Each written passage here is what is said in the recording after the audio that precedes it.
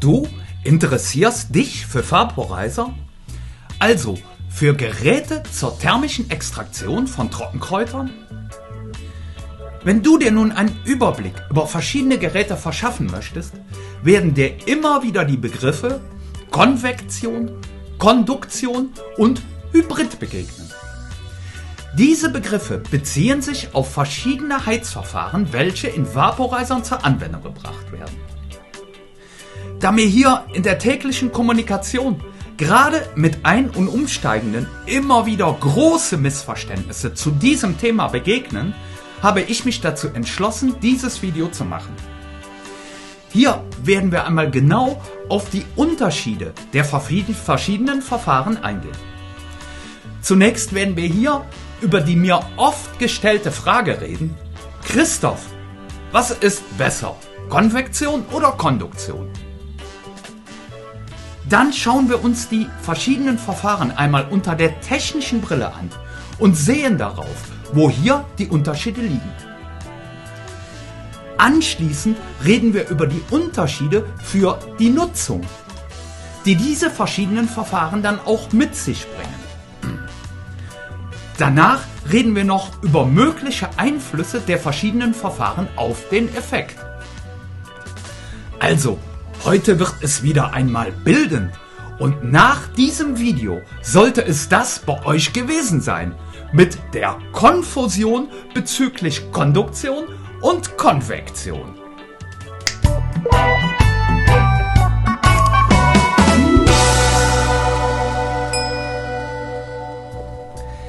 Ja, hallo und herzlich willkommen auf meinem Kanal, liebe Freundinnen und Freunde der krautigen Clouds.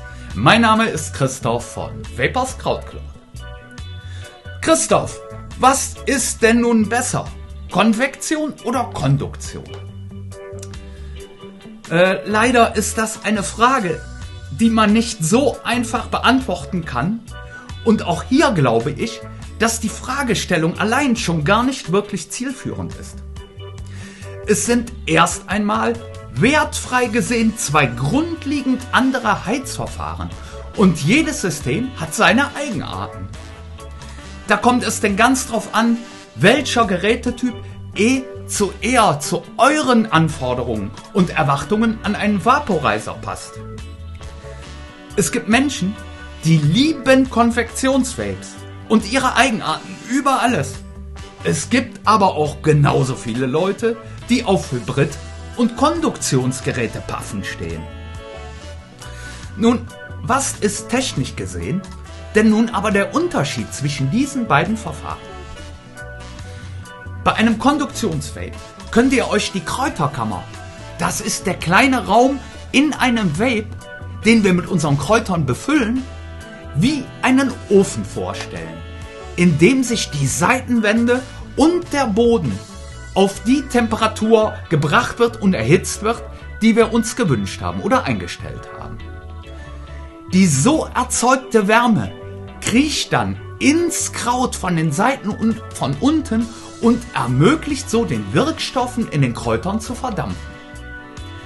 Das bekannteste Beispiel für diesen Gerätetyp sind hier zum Beispiel der DaVinci IQ, die Pax-Familie und auch die tragbaren Arizer-Modelle gehören dazu. Bei einem reinen Konvektionsvaporizer hingegen bleibt die Kräuterkammer kalt und die Kräuterwirkstoffe werden lediglich durch einen heißen Luftstrom vaporisiert, der das Dampfgut durchströmt. Bei diesen Geräten gibt es dann verschiedene Arten von Heizelementen, um den Luftstrom zu erhitzen. Von Glas, Titan bis Edelstahl-Heizelementen kommt hier je nach Gerät und nach Hersteller wirklich alles Mögliche zum Einsatz. Als tragbares Paradebeispiel zu dieser Gerätegattung dürfte hier wohl der Tiny 2 anzuführen sein. Aber auch der günstigere, viel günstigere Kubus Stick gehört zu diesen Gerätesorten.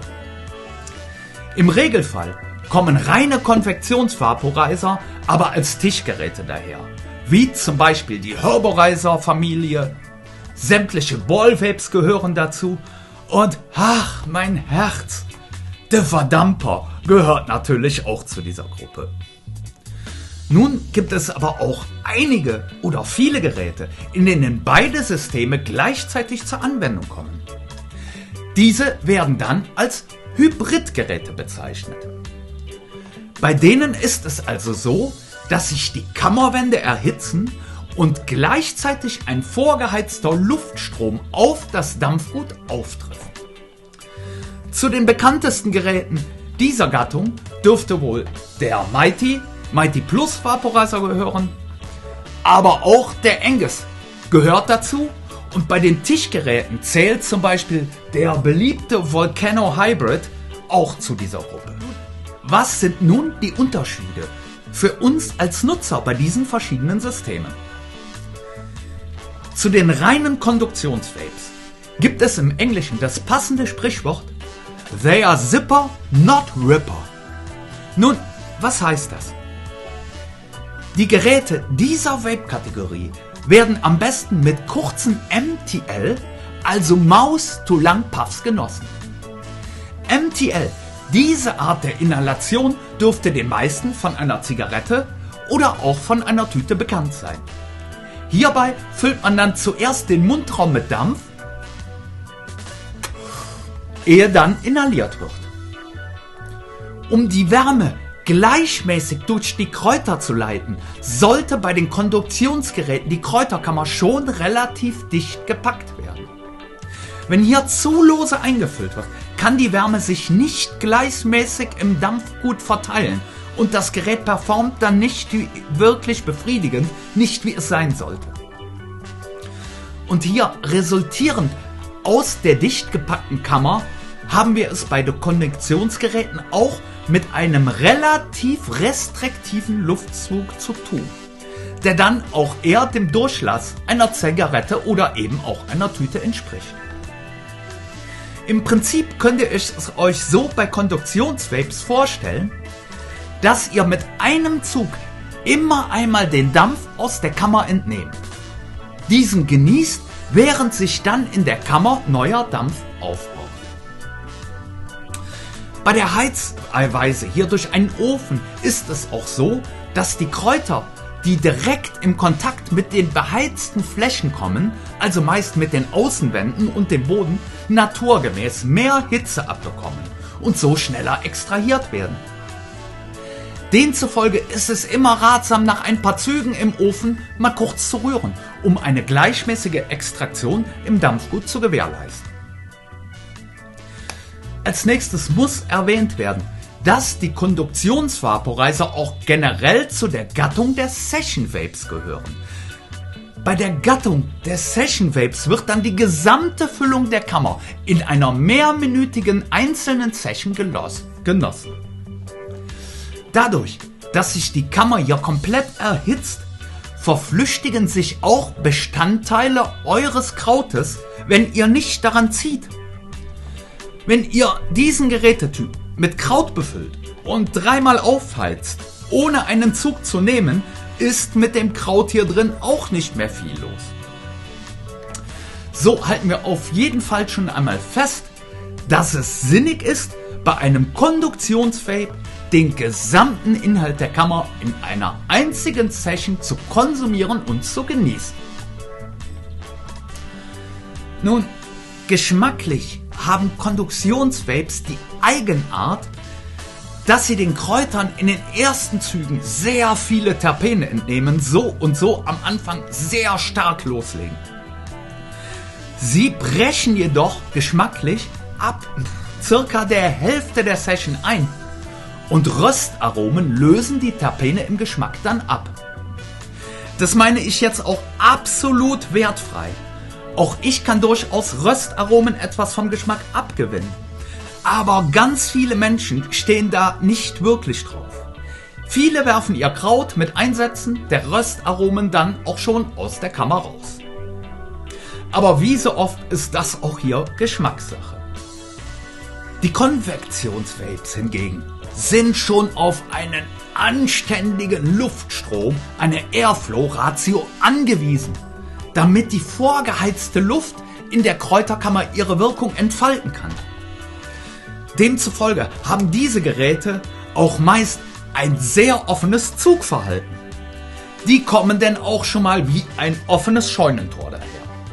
Im Gegensatz zu den Konduktionsgeräten wird hier die Hitze nicht in der Kräuterkammer erzeugt.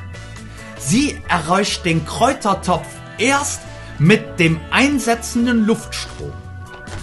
So muss hier schon eine gewisse Menge an heißer Luft durch die Kräuter geflossen sein, ehe die Dampfproduktion einsetzt. Die Performance dieser Geräte geht so Hand in Hand mit der richtigen Zugtechnik. Konvektionsvaporizer benötigen lange, gleichmäßige Züge, um gut zu performen. Geschmacklich kommen Konvektionsvaporizer sehr, sehr stark. Das Terpenprofil nimmt zwar auch im Verlauf der Session etwas ab, aber generell kann man den immer wahrnehmen und erst bei den letzten Zügen einer Session bricht hier der Geschmack tatsächlich komplett ein. Dann ist bei den Konvektionsgeräten unbedingt zu erwähnen, dass hier auch nur dann tatsächlich Kraut verdampft wird, wenn ihr auch daran zieht. Solange ihr nicht am Gerät zieht, bleibt euer Kraut in puncto Geschmack und Potenz absolut auf dem Status quo, bis ihr dann den nächsten Zug entnehmt. Das heißt, dass ihr euch eure Füllung hier einteilen könnt. Nun müssen wir aber auch unbedingt über den Effekt reden. Denn diese beiden verschiedenen Gerätetypen kommen auch anders in der Wirkung daher. Ein Konduktionseffekt macht etwas mehr stoned, schwerer, während beim Konvektionseffekt ein klareres High zu vernehmen ist. Ich persönlich stehe mehr auf Konvektion. Aber wann immer ich mal wieder hier einen ordentlichen Konduktionsweb zwischen habe, wundere ich, wie sehr mich das Ding in die Couch reindrückt. Bei den Hybridgeräten nun gibt es die verschiedensten Ausführungen, bei denen der Anteil von Konduktion zu Konvektion sehr verschieden gewichtet ist. Generell haben wir hier es aber so etwas wie mit dem Besten aus beiden Welten, die ich zuvor beschrieben habe, zu tun. So könnt ihr zum Beispiel den Mighty hier oder auch den Angus mit langen, tiefen Zügen genießen oder auch beliebig mit kurzen MTL-Zügen. So passen diese Geräte auch für ein breites Nutzerspektrum. Der Geschmack hält hier wesentlich länger als bei reinen Konduktionsgeräten. Er bricht aber je nach Vape dann auch nach, ich würde mal so sagen, 2/3 der Session ein. Und nun möchte ich hier zum Ende des Videos noch einmal ganz klarstellen, dass es sich schlicht und einfach um verschiedene Systeme zur Hitzeerzeugung in einem Gerät handelt. Es gibt da kein System, was generell besser ist als das andere. Die Frage sollte für jeden einzelnen von euch sein, welches System euch am ehesten entspricht. Und so hoffe ich sehr, dass ich mit diesem Video dazu beitragen konnte, dass jetzt die Konfusion um Konvektion und Konduktion ein für allemal aufgeklärt ist. Und wenn euch meine Videos hier weiterhelfen können und euch gefällt, was ich hier mache, könnt ihr mich mit eurem Einkauf bei Verdammt Normal unterstützen, indem ihr über den Link in meiner Videobeschreibung und dann über den dicken grünen Button auf meiner Homepage bestellt. Mit dem Klick auf diesen Button aktiviert ihr meinen Affiliate-Link bei Verdammt Normal und ich bekomme etwas von eurem Einkauf ab, ohne dass es euch auch nur einen einzigen Cent mehr kostet. Hier bedanke ich mich auch wirklich ganz herzlich für euren Support. Und wenn ihr nun an weiteren spannenden Videos rund um die thermische Extraktion von Trockenkräutern und Geräten dazu interessiert seid, findet ihr auf meinem YouTube-Kanal oder auf meiner Homepage viele weitere spannende Videos zum Thema. Auf meiner Homepage können auch alle 18 Plus Videos unter einfacher Altersbestätigung angeschaut werden. Und natürlich freue ich mich doch über jedes einzelne Like für das Video und auch über jedes Abo auf diesem Kanal. Ihr Lieben, und nun bedanke ich mich wieder recht herzlich für euer Zuschauen. Ich wünsche euch alles Liebe und allzeit genug Kraut für eure Clouds. Ciao! The sun will shine on vapors, crowd clouds. The sun will shine. Vaping crowd clouds, smart vape designs, healthy buff in modern times. Make you feel fine. The sun will shine.